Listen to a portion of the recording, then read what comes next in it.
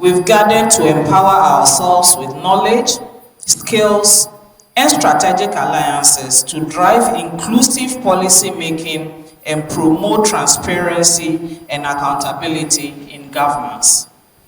The passage of the Affirmative Action Law 2024 Act 1121 marks a significant milestone in Ghana's journey towards gender equality. This act provides a critical framework for increasing women's representation and participation in decision-making processes. During this workshop, we will delve into the technical aspects of the act, explore effective lobbying and advocacy strategies, and discuss ways to overcome barriers to women's participation in governance. On behalf of the Right Honorable Speaker of Parliament, I welcome you to this capacity building workshop. I acknowledge the collaboration between the National Commission for Civic Education, Parliament of Ghana, Foreign Commonwealth and Development Office, FCDO, and the United Nations Development Programme, UNDP, in promoting gender equality and women's empowerment. I urge us all to actively engage, share our experiences, and learn from one another. Together, we can create a more inclusive and equitable society where women play a vital role in shaping Ghana's future.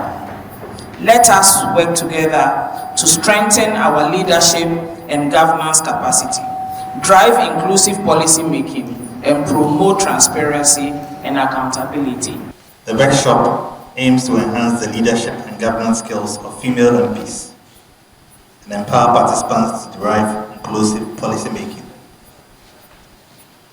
A week ago, a number of female ministers and deputies were in this very room engaging on some of these issues with our regional director.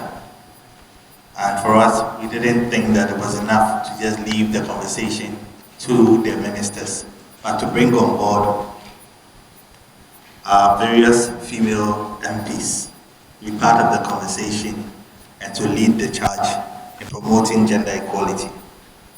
This initiative, as we've been told, is funded by the Foreign Commonwealth and Development Office, or the British High Commission, and the United Nations Peace Building Fund.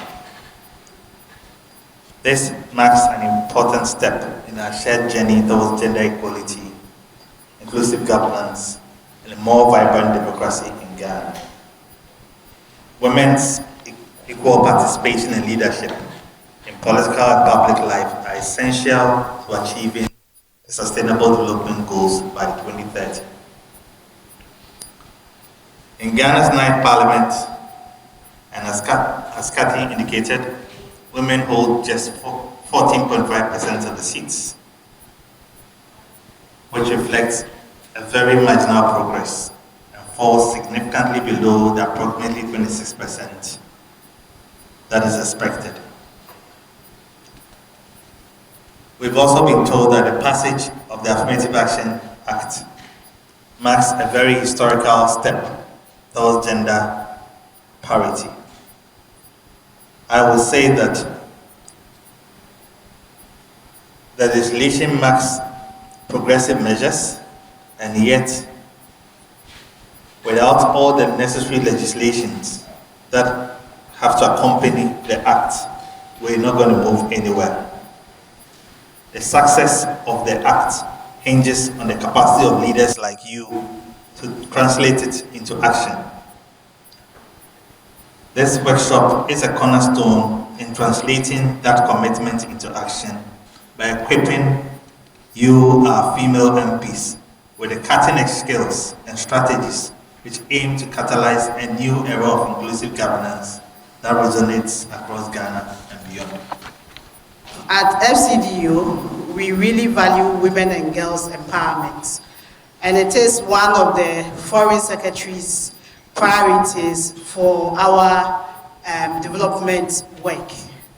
And therefore, this support comes as part of our package to support Ghana to improve delivery in terms of governance.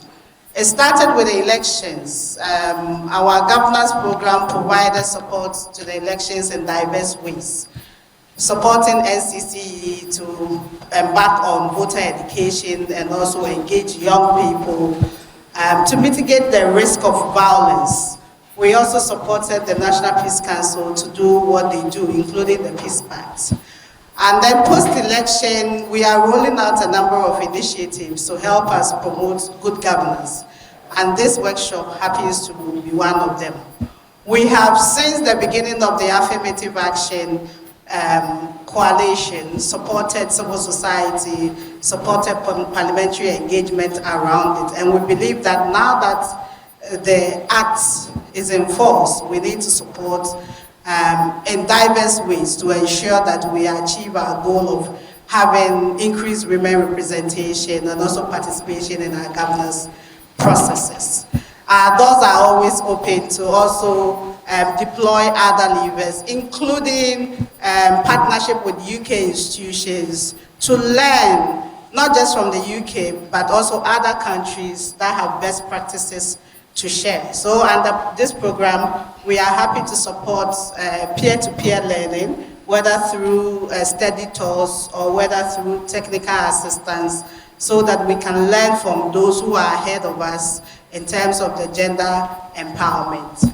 So on this note, we wish you well. Today we are here with you, and it is also a networking opportunity for us, because we do not only just give grants, we also engage to understand situations and also our peculiar governance situations to enable us to deploy available support system to ensure that Ghana remains the beacon of democracy in Africa.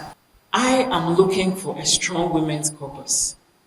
A strong women's caucus that works together. Of course, there are different parties, but that when it comes to the issue of women, that can set everything aside and say that, okay, this is our common cause. All our daughters are looking at us. All our sons are looking at us. We want to raise empowered daughters. We want our sons to be used to being with empowered women, to bring down the temperature amongst families, among couples when it comes to women taking positions of power.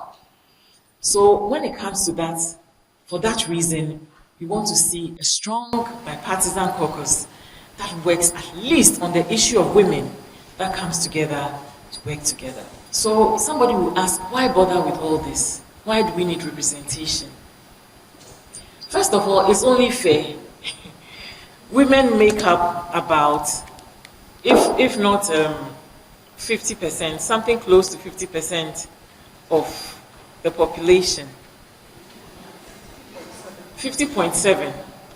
So we are actually, just a minute, we're actually more, So it only makes sense, it's only fair that we have fair representation.